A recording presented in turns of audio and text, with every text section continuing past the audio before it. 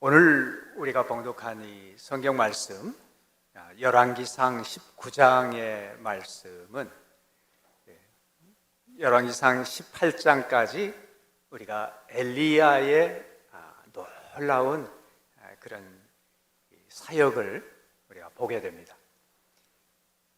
엘리야는 하나님께서 불의 선지자, 참 구약의 불의 선지자, 그리고 죽음을 보지 않고 하늘에 올라간 그러한 굉장히 정말 놀라운, 우리와는 전혀 다른 세계에서 살았던 것 같은 그런 선지자.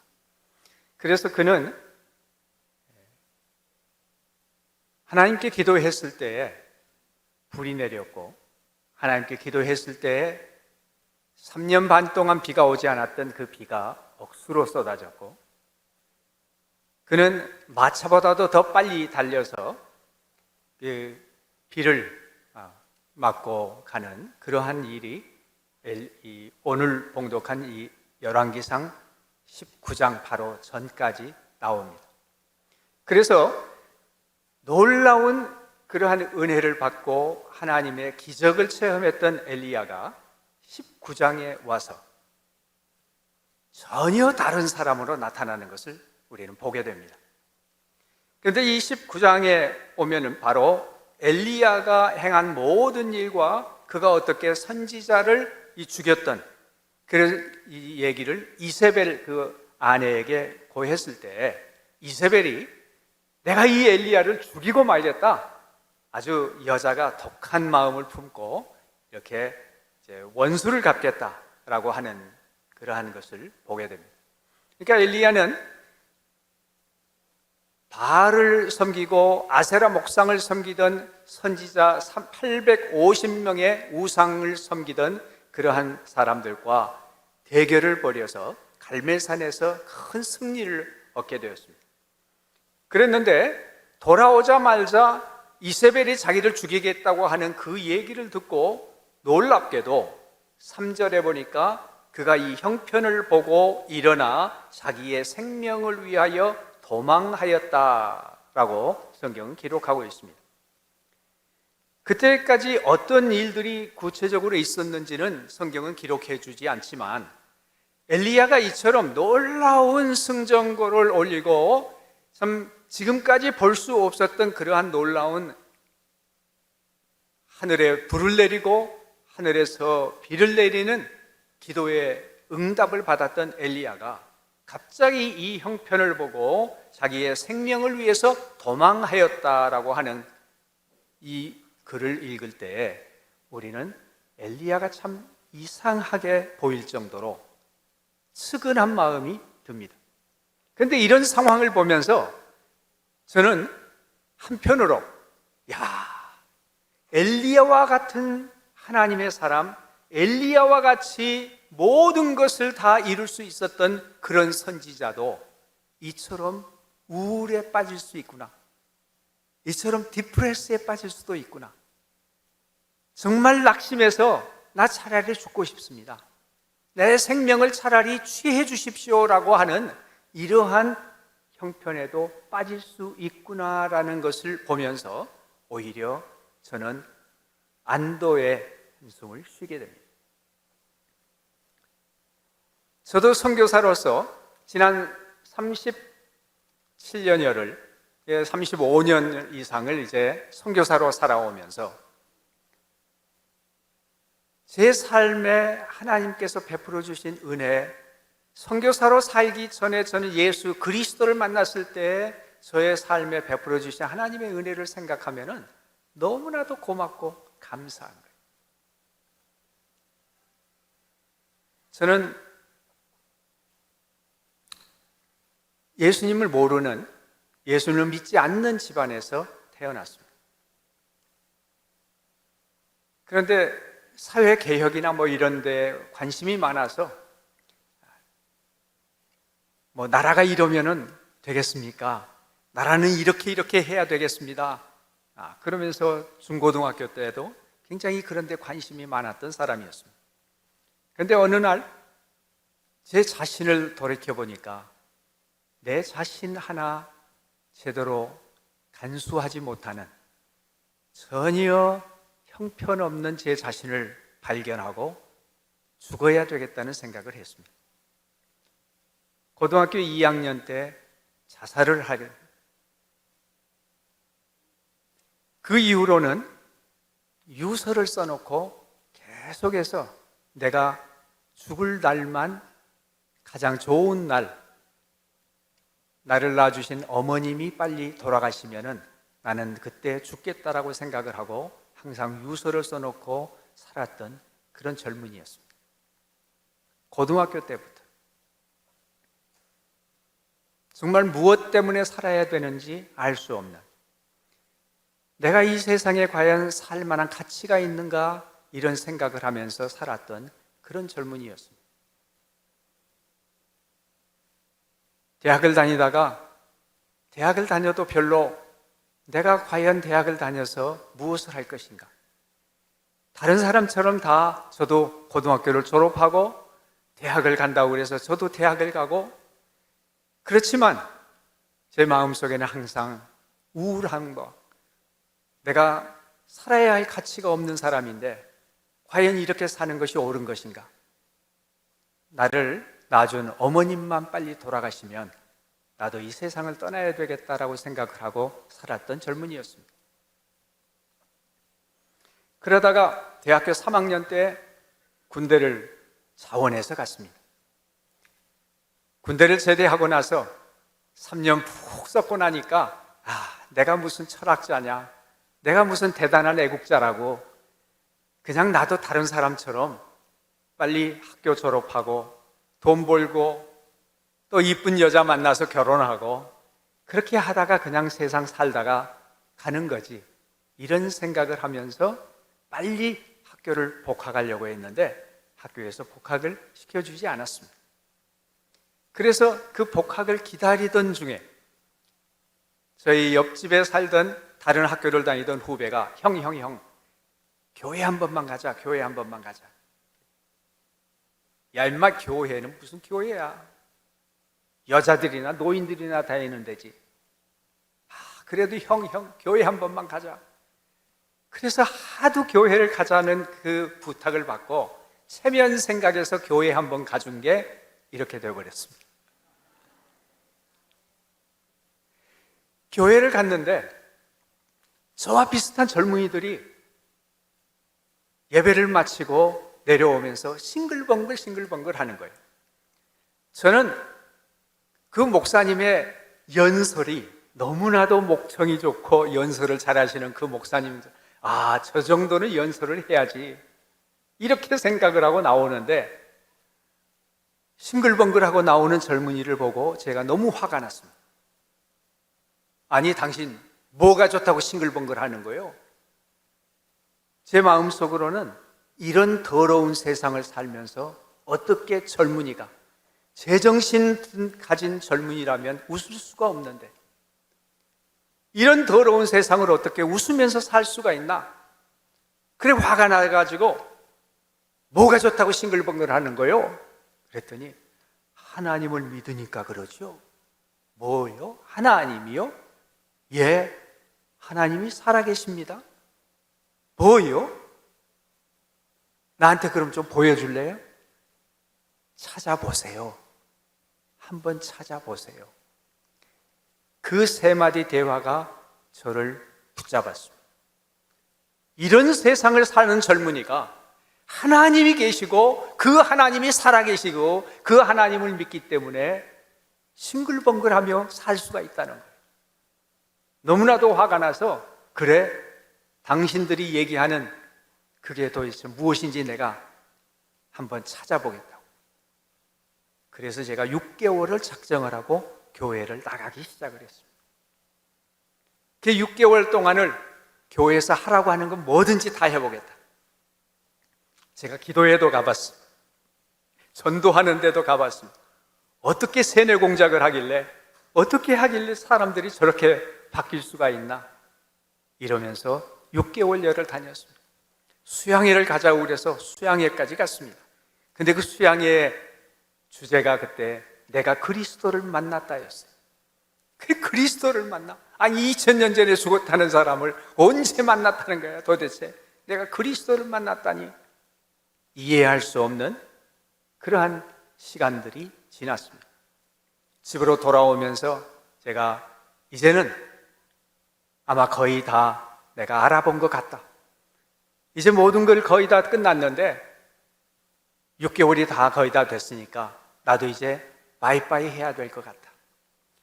참 교회 다니는 사람들은 일반 사람들보다는 좋은 사람, 착한 사람들 같다.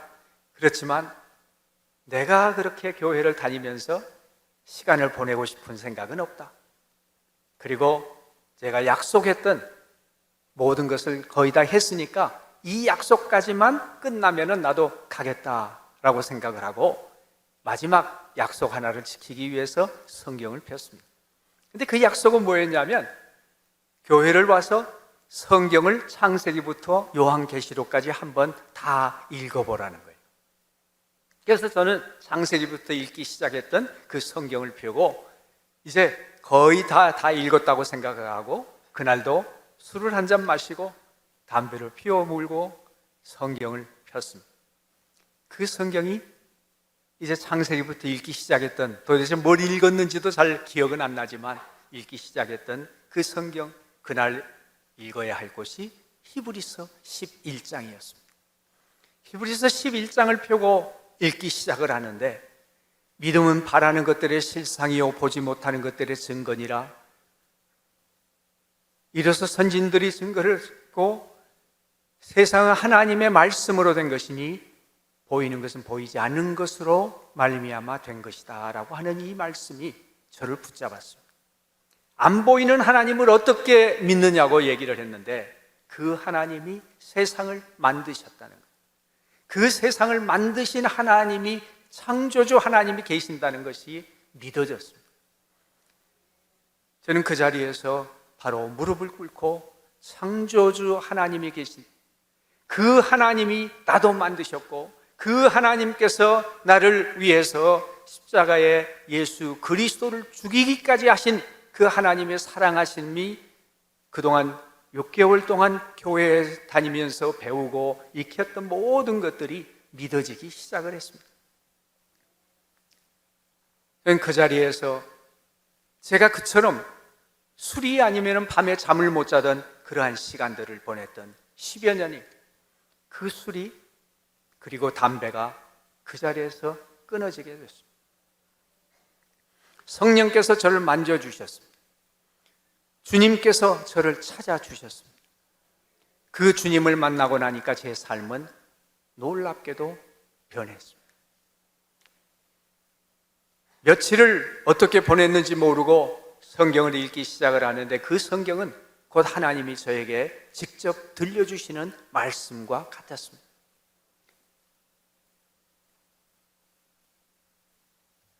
세상을 나가면 모든 것이 다 슬퍼 보이고 세상에는 아무것도 바랄 것이 없는 것처럼 보이던 그 세상을 제가 나갔더니 세상의 모든 것들이 저를 반겨주었습니다. 그처럼 좋은 세상이 저를 기다리고 있는 것을 알게 됐습니다. 예수 그리스도 안에서 발견된 저는 그때부터 너무나도 좋으니까 만나는 사람마다 내가 다른 것은 모르지만 내가 예수님을 만나고 보니까 이렇게 좋습니다. 나 잘은 모르지만 내가 예수님 만나니 이렇게 좋은데 선생님도 예수님 믿어보세요. 저를 알았던 사람들이 저를 만나고는 아이 미스터 조, 당신 무슨 일이 있어? 궁금하다고 하면서 저에게 얘기를, 당신 변한 것 같아. 도대체 무슨 일이 있느냐고.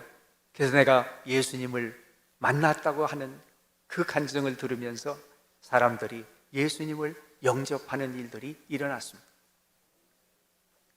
예수 그리스도를 알지 못하던 그런 사람, 예수 그리스도가 도대체 나와 무슨 상관이 있느냐고 그렇게 살았던 저에게 하나님의 말씀이 들어왔을 때, 하나님의 말씀을 받아들였을 때 저에게는 놀라운 기적의 역사가 일어난 것입니다. 그것을 데살로니가 전서에는 믿음의 역사라고 말하고 있습니다. 믿음의 역사. 하나님의 말씀을 받아들임으로 말미암아 제 속에서 일어나는 가장 큰 기적 중의 기적은 내가 예수 그리스도를 믿게 되었다는 거예요. 여러분의 삶에 가장 큰 기적이 있다면 그것은 여러분이 예수 그리스도를 구주로 영접했다고 하는 사실. 우상을 버리고 지금까지 내가 모든 것이 중요하다고 생각했던 그 모든 것, 예수 그리스도가 아닌, 하나님이 아닌 그 모든 것이 다 우상인데 그 우상을 버리고 하나님께로 돌아서는 것, 그것이 바로 믿음의 역사입니다. 그런 믿음의 역사가 시작된 사람들에게는 데살로니가 전서에서는 사랑의 수고가 있다라고 얘기를 합니다. 사랑의 수고. 왜냐하면 그 하나님, 나를 위해서 십자가에 죽어주기까지 하신 그 하나님의 사랑이 너무나도 고맙고 감사하기 때문에 누가 하라고 해서 하는 것이 아니라, 누가 시켜서 하는 것이 아니라 그 사랑을 나누고 싶고 다른 사람과 무엇인가를 나누고 싶기 때문에 사랑의 수고를 하게 되는 거예요. 그 사랑의 수고를 하는 사람들을 보고 다른 사람들이 본을 받게 되는 거죠. 그래서 본을 보이는 삶을 산다라고 데살로니가 전서는 얘기를 합니다. 그렇게 해서 복음을 받아들인 사람의 삶 가운데에는 이제 하나님께서 사랑의 수고로 그치는 것이 아니라 인내,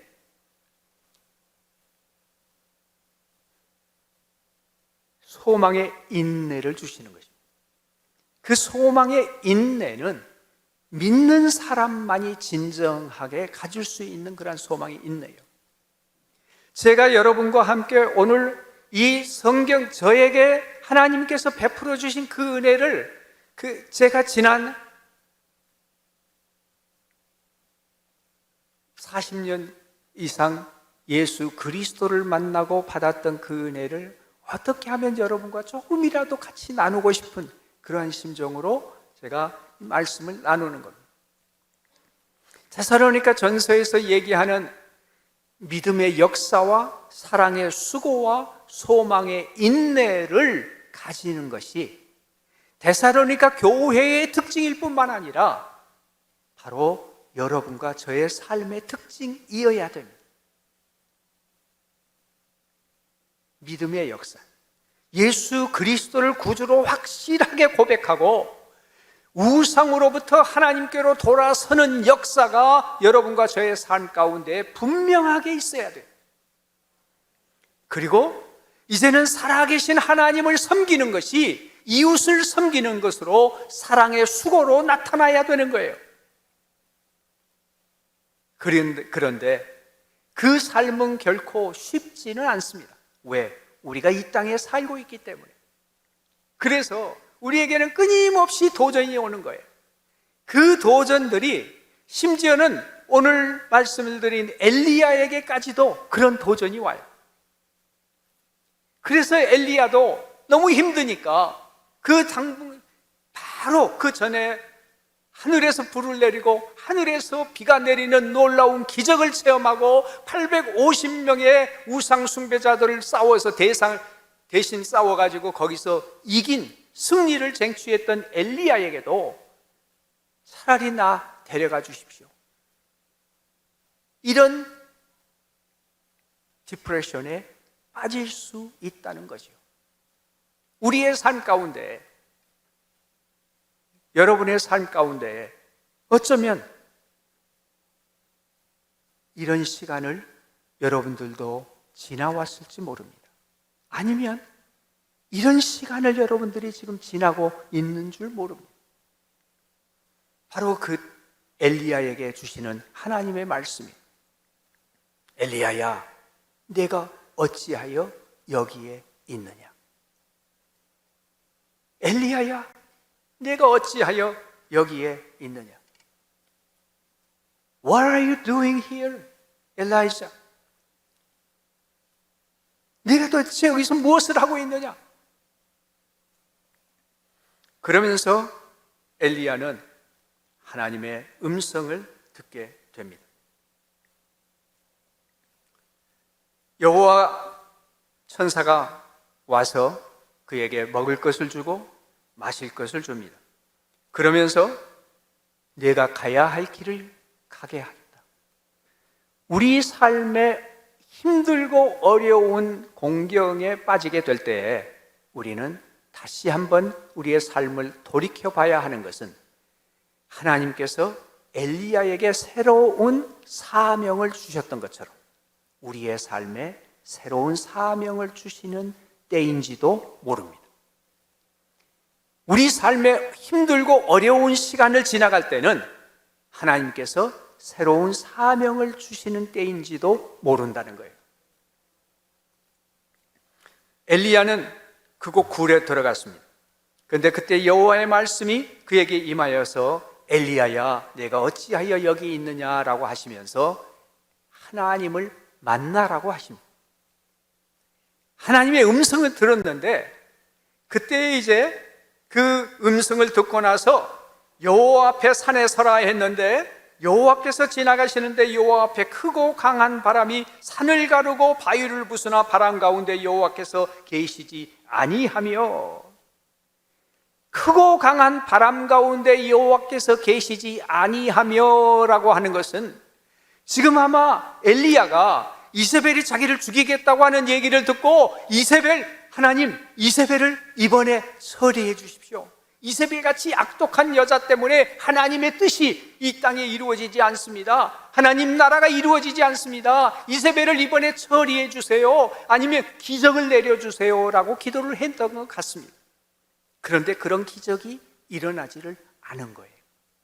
크고 강한 바람을 통해서 하나님의 능력, 권능을 구약에서는 계속 보여주셨습니다. 그런데 그 크고 강한 바람 가운데 여호와께서 계시지 아니하였다라고 말해요. 우리의 삶 가운데 우리가 하나님 기적 한 번만 보여주세요. 그러면 하나님을 믿을 것 같아요. 정말 하나님이 하나님 되심을 우리에게 보여주세요라고 간절히 기도할 때 그 기도를 안 들어주시는 것 같은 그런 때. 그런데 그 다음에는 지진이 있었습니다. 불이 있었습니다. 지진과 불은 하나님의 거룩하심과 하나님의 심판을 상징했던 그러한 것이었습니다. 하나님께서 아마 이세벨을 지금 하나님의 거룩한 하나님께서 이세벨을 처치해 주세요. 이 악한 여자를 하나님께서 정죄해 주신다면, 심판해 주신다면 하나님이 하나님 되심을 모든 사람이 알 것 아닙니까? 어쩌면은 우리도 그런 기도를 드리는지 모릅니다. 악한 사람, 참 못된 사람, 이 사람 하나님 처리 좀 해주세요. 그런데 하나님께서는 그런 기도를 전혀 들어주지 않으시는 것처럼 우리는 시간을 보내게 됩니다. 엘리야가 지금 굴에서 여호와 하나님이 분명히 나타나신다고 했는데 크고 강한 바람 가운데도 기적의 역사도 안 보여주시고 지진을 통해서 악한 사람을 심판해 주지도 아니하시고 거룩하신 하나님의 불을 나타나서 하나님의 공의로 나타나지도 않으시던 그 하나님께서 우리가 아는 대로 불 위에 세미한 소리가 있는지라, 아무것도 없는 것 같은 잔잔한 고요함 가운데에 여호와 하나님이 나타나셨어요.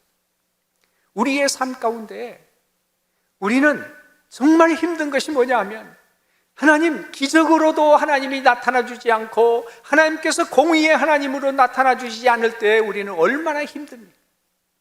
너무 힘들어요. 저는 선교사로 살아가면서 정말 힘든 그러한 때는 하나님, 이 모슬렘들이 얼마나 우리를 힘들게 합니까? 우리 선교사님들을 얼마나 힘들게 합니까? 우리 힌두, 인도에 지난 1년 반 전에, 지금 이제 1년 10개월, 11개월째 되는데, 그 팬데믹 가운데에서 우리 여자 선교사님이, 인도에 계시는 여자 선교사님에게 저희가 물건을 많이 보내드렸습니다. 인도 사람들이 굶어 죽는다고 그래서. 그 인도 사람들이 굶어 죽고 여러 가지 어려움을 당한다고 그래서 저희들이 돈을 보내가지고 그들에게 양식을 사주고 먹을 것, 입을 것을 보내주면서 도와줬는데, 그 여자 선교사님을 경찰이 잡아가지고 개종법을 어겼다 했어요. 종교 다른 사람을 개종하려고 했다고 감옥에 가둬가지고 경찰에서 1년을 유치장에 지내면서 재판도 안 열고, 그리고 지금까지 아직도 재판이 열리지 않는데 감옥에서 지금 보석으로 겨우 나와 있어요. 그런 사람들을 우리가 볼 때 얼마나 화가 나는지. 하나님, 아니 우리가 자기들이 지금 팬데믹에 죽어가고 있는 사람들 살리기 위해서 우리가 양식도 주고 옷도 주고 이렇게 도와주는 그러한 선교사를 개종법을 어겼다고 해가지고 개종시키려고 했다는 그러한 죄명으로 경찰에 가뒀다니. 그리고 그것을 신고한 사람들은 지금까지 도움을 받았던 인도 사람이었어요. 근데 그 인도 사람들이 자기들이 무언가를 해보려고 이 선교사를 그냥 감옥에 고발을 하고, 그리고는 무언가를 뺏어가려고 했던 그런 사람들이었어요. 우리가 얼마나 기도했는지 몰라요. 하나님, 빨리 유치장에서 나오게 해주세요. 그리고 유치장에 지금 유치장에 갇혀 있는 사람들 가운데 지금 코로나로 죽어가고 있는데, 이 선교사님은 폐가 약한 그러한 선교사입니다. 만약에 거기서 지금 코로나에 걸리면은 이제 죽습니다. 그런데도 빨리 안 풀어주시더라고요. 우리 삶에 그런 일들이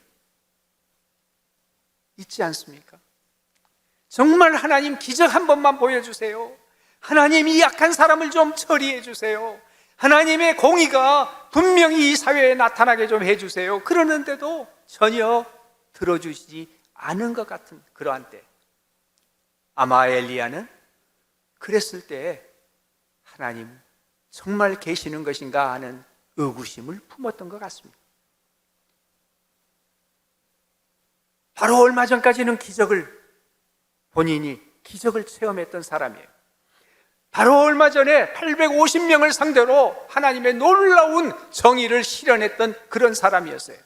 그러나 또 새로운 기적이 나타나지 않고, 또 새로운 하나님의 그러한 의로운 심판이 나타나지 않을 때에 그는 나도 별 수 없는 사람이네요.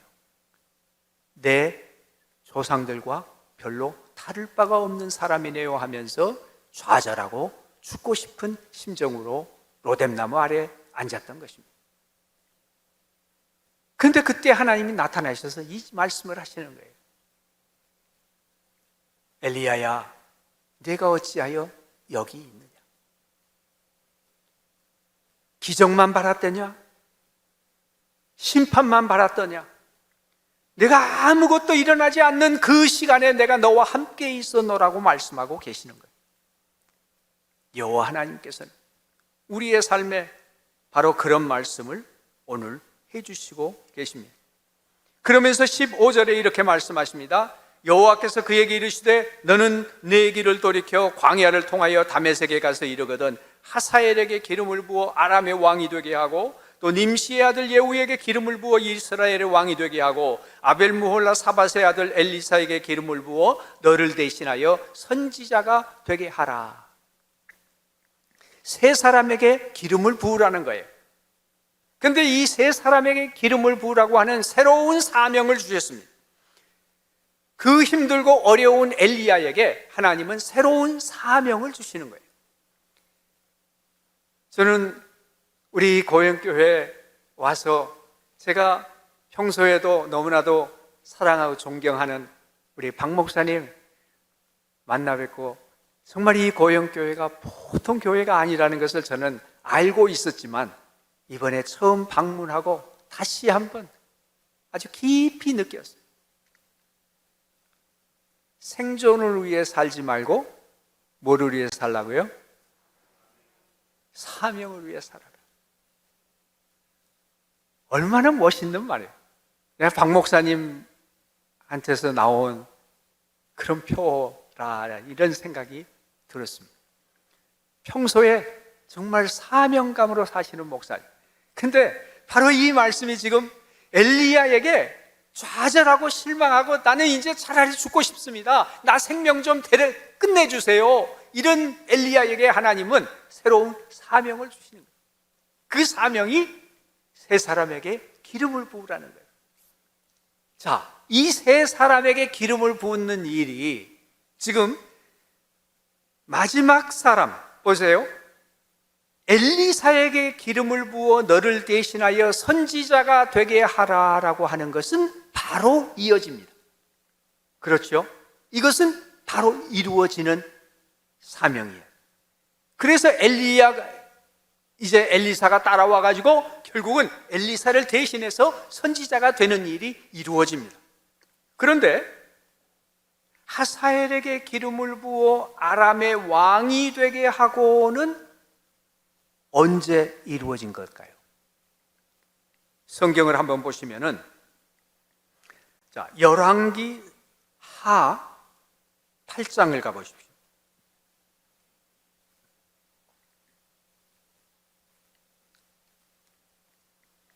열왕기 하 8장 13절에 가면, 제가 성경을 다 읽을 수 없으니까 13절에 하사엘이 이르되, 하사엘이 여기 나와요.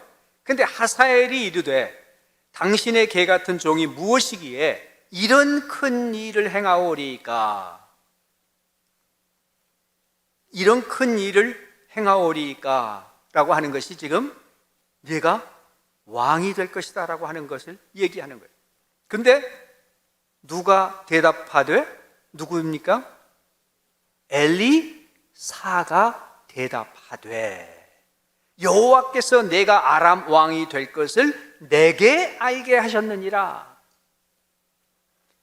우리가 지금까지 읽었던 성경은 누구에게 하나님이 사명을 주셨어요?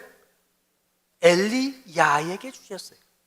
그런데 그 엘리야에게 주신 사명을 지금 누가 이루어간 겁니까? 엘리사가 이루어요. 하사엘에게 기름을 붓는 일은. 그런데 그 엘리사는 뭐라고 그러냐면, 여호와 하나님께서 내게 말씀하셨습니다. 내게. 이것이 바로 사명의 계승입니다. 하나님은 엘리야를 부르셔서 지금 새로운 사명을 주시는데 그 사명을 이루는 거예요. 이 사명이 세 사람에게 기름을 붓는 일이 엘리사에게는 기름을 붓는 것으로 엘리야의 생명은 끝났습니다. 그런데 엘리사를 통해서 하사엘에게 기름을 부은 거예요. 그리고 그 다음 장을 보십시오. 열왕기하 9장에. 열왕기하 9장 1절에는 선지자 엘리사가 선지자의 제자 중 하나를 불러 이르되, 너는 호리를 동이고 이 기름병을 손에 가지고 길르앗 라못으로 가라. 거기에 nim시의 손자 여호사밧의 아들 예후를 찾아 들어가서 그의 형제 중에서 일어나게 하고 그를 데리고 골방으로 들어가 기름병을 가지고 그의 머리에 부으며 이르기를, 여호와의 말씀이 내가 내게 기름을 부어 이스라엘 왕으로 삼노라 하셨느니라. 이 여호사밧의 아들 예후에게 기름을 붓는 사람은 누굽니까? 엘리야도 아니고 엘리사도 아니고 엘리사의 생도 가운데 한 사람. 여기에서 우리는 하나님의 놀라운 섭리를 깨달아야 됩니다. 하나님의 역사예요. 하나님은 엘리야의 하나님뿐만 아니라 엘리사의 하나님, 그리고 엘리사의 생도의 하나님입니다. 하나님께서는 어제의 하나님일 뿐만 아니라 오늘의 하나님이시고 내일의 하나님이세요. 역사의 주인공이시기 때문에. 그런데 우리는 끊임없이 오늘을 살아가기 때문에 오늘 우리 눈앞에서 무엇이 이루어지지 않으면 너무나도 답답하고 안타깝고 좌절되고 낙심되기 때문에 엘리야처럼 내가 별게 아니네요, 차라리 내 생명을 찾아가 주세요, 데려가 주세요, 죽고 싶습니다, 이런 절망에 빠지게 되는 것이죠. 우리는 그래서 바로 내 하나님 여호와 하나님은 우리에게 사명을 주시지만 그 사명이 내 대에 온전하게 이루어지지 않는다 할지라도, 하나님께서는 나를 통해서 주신 사명을 내가 살아있는 동안에 이루어지지 않는다 할지라도 내 다음의 세대 그리고 그 다음의 세대를 통해서 이루시는 하나님이라고 하는 확신을 가지고 살아야 되는 거예요. 그래야 오늘을 기쁘게 감사하며 살 수가 있어요. 하나님께서 살아계시는 하나님, 내 삶 가운데에 어떤 어려움이 여러분의 삶에 있는지 모릅니다. 저는 스스로 나만큼 하나님한테 큰 은혜를 입고 지금까지 선교사로서 살아온 사람은 없다라고 믿고 살아온 사람이에요. 정말 하나님이 많은 은혜를 베풀어 주셨어요. 너무나도 좋은 것으로 채워주시고 항상 해주셨습니다. 그런데 제 삶에 때로는 마치 엘리야가 이런 과정을 지나는 것 같은 그러한 순간순간들이 있어 왔어요. 제가 열심히 좀 일찍, 저는 선교사로 파송을 받는 것도 미주에 있는 한인교회에서 신학을 공부하고 목사가 돼가지고 미주에 있는 한인교회에서 선교사로 파송받은 첫 번째 선교사였어요. 선교사로 별로 나가지 않을 때, 선교사가 많이 없을 때, 다른 사람들보다 어떤 면에서는 더 내가 좀 헌신한다고 생각을 하고 선교사로 나가서 태국 선교사로 파송을 받았는데 태국으로 가지도 못했어요. 여러 가지 일들이 일어나가지고 결국은 필리핀 선교사로 일을 하게 됐습니다. 그래서 필리핀에 가서 정말 기쁘게 즐겁게 많은 일들을 하면서 필리핀 선교사로 지냈어요. 그리고 안식년을 맞아서 6년 반 만에 안식년을 맞아서 이제 내가 다시 필리핀으로 돌아가겠다고 생각을 하고 안식년으로 미국에 갔었는데 그곳에서 저는 강경화를 앓게 됐습니다.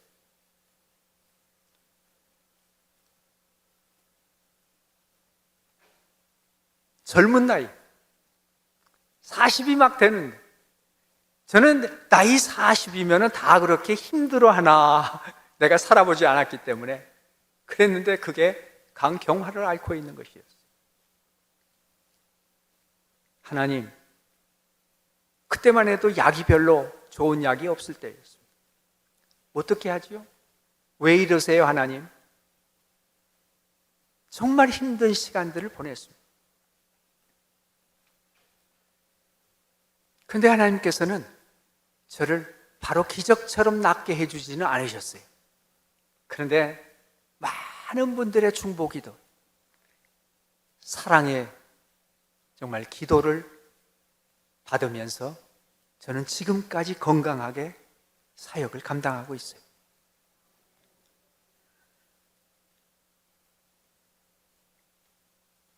여러 가지 일들이 있었습니다.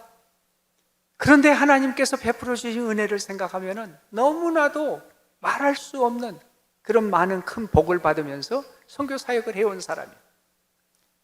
그렇다고 해서 저에게 기도 제목이 없는 것 아니에요.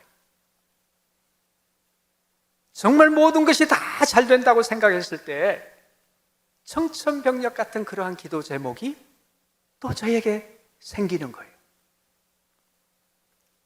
하나님, 왜 이렇지요?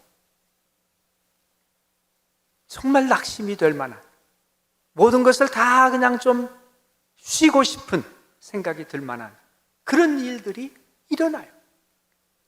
그럼에도 저는 이 하나님의 말씀을 읽으면서 다시 한번 하나님, 그렇죠. 하나님이 기적을 안 보여주신다고 하더라도 지금 당장 하나님께서 그 일을 응답해 주지 않은 것처럼 하나님이 잠잠하신 것 같아도 하나님, 저와 함께 계시는 거지요. 하나님, 내 삶을 지금 주관하고 계시는 거지요. 하나님, 이 세상이 너무나도 하나님을 거역하는 이 악한 세상, 이 세상에 하나님이 안 계시는 것처럼 수없이 많은 사람들이 행동한다고 할지라도 하나님 지금 계시는 거지요. 하나님 역사하시는 거지요. 왜 그것을 믿습니까? 하나님은 역사 가운데 지금까지 하나님이 누구신가를 보여주셨기 때문입니다. 어제의 역사의 주인공이신 하나님은 오늘의 역사의 주인공이실 뿐만 아니라 내일 역사도 주관하시는 주인공이십니다. 예수 그리스도께서 우리를 그처럼 사랑하시고 우리를 위해서, 나를 위해서 십자가에 죽으시기까지 하신 그 예수 그리스도가 우리에게 약속하신 주 예수를 믿으라, 그리하면 너와 네 집이 구원을 받으리라 라고 그 약속해 주신 것을 내가 믿고, 하나님, 지금은 눈에 보이지 않는 것 같지만 그 약속하신 하나님의 말씀이 이루어질 것을 내가 분명히 믿습니다 하고 주님 앞에 나아가는 거죠. 비록 내 눈에 지금 안 보인다고 할지라도. 그래서 믿음은 바라는 것들이 실상이요 보지 못하는 것들의 증거니라 라고 말씀하셨습니다. 여러분의 삶에 지금 어떤 과정을 지나고 있는지 저는 알지 못합니다. 그러나 하나님께서는 오늘도 이 말씀을 통해서 다시 한번 우리 여호와 하나님은 엘리야를 찾아오셔서 새로운 사명을 주실 뿐만 아니라 그 엘리야에게 너 혼자만 남았다고 외로워하지 말아라. 너 혼자 남았다고 그처럼 슬퍼하지 말아라. 내가 바알에게 무릎을 꿇지 않은 7천인을 남겨놓았다라고 말씀하십니다. 그 7천인이 오늘날 우리의 교회예요. 바로 여러분이 지역교회에서 함께 신앙생활을 하는 바로 여러분이 그 7천인이에요. 그래서 우리의 공동체가 귀한 것입니다. 엘리야처럼 나 죽고 싶습니다. 나 힘듭니다. 나 이제는 하나님이 안 계시는 것처럼 마치 그렇게밖에 느껴지지가 않아요 라고 하는 그 엘리야에게 하나님은 7천인을 남겨두셨다고 말씀하고 있습니다. 오늘 어쩌면은 고영교회 이처럼 금요일 저녁 금요일 기도회에 나오신 여러분들은 바로 그 7천인이 되어서 너무 힘들고 어렵고 좌절되고 낙심되어서 교회에 나오지도 못한 그 누군가를 찾아가서 힘이 되어주는 7천인이 되어야 할 것입니다. 지금 이렇게 고형교회를 하나님께서 세우시고 이 귀한 사역을 감당하게 하신 것은 어쩌면 우리 한국교회에 지금 너무나도 낙심되고 좌절되고 힘들어서 이제는 끝났습니다, 이제는 아무것도 못하겠습니다 라고 좌절하고 있는 그 누군가, 그 어떤 교회를 7천인이 되어서 여호와 하나님의 그 사랑의 손길을 대신 내밀어주는 고형교회가 되기를 바랍니다.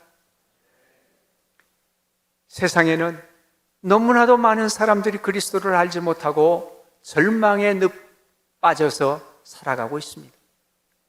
그들에게 누군가는 가서 복음을 전해야죠. 예수 그리스도만이 소망이라고 그들과 함께 예수 그리스도의 소망 되심, 생명 되심을 나누어야 될 터인데, 그들에게 나아갈 선교사들 가운데에도 힘들고 지쳐서 이제는 내가 아무것도 할 수 없는 것 같아, 없을 것 같아, 선교사를 이제는 포기해야 되겠어라고 생각되는 그러한 선교사에게 여러분이 그 7천인이 되어주시기를 바랍니다. 그리고 너무나도 많은 세상의 사람들, 아무것도 소망이 보이지 않는 그 사람들에게 바로 우리 7천인을 남겨두신 하나님의 뜻을 우리의 삶을 통해서 이루어 드리는 여러분과 제가 되기를 바랍니다. 기도하시겠습니다.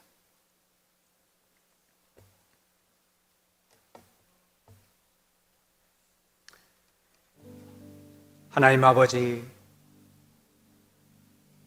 어쩌면 우리가 이렇게 우리의 삶 가운데 너무나 힘들고 어렵고 정말 답이 보이지 않는, 아니 전혀 답이 있을 것 같지 않은 그러한 상황에 빠져 있는 우리의 삶 가운데에서도 주님은 멀리 계지 아니하시고 우리와 함께 계신다고 말씀해 주신 것을 감사합니다. 주님, 우리를 떠나지 아니하시고 지켜주시는 주님, 죄를 붙잡아 주시고 엘리야를 일으켜 세워주신 주님께서 저희도 일으켜 세워주시옵소서. 오늘 당장 응답되지 않은 기도의 제목이라 할지라도 포기하지 아니하고 주님 앞에 나아가게 하시고,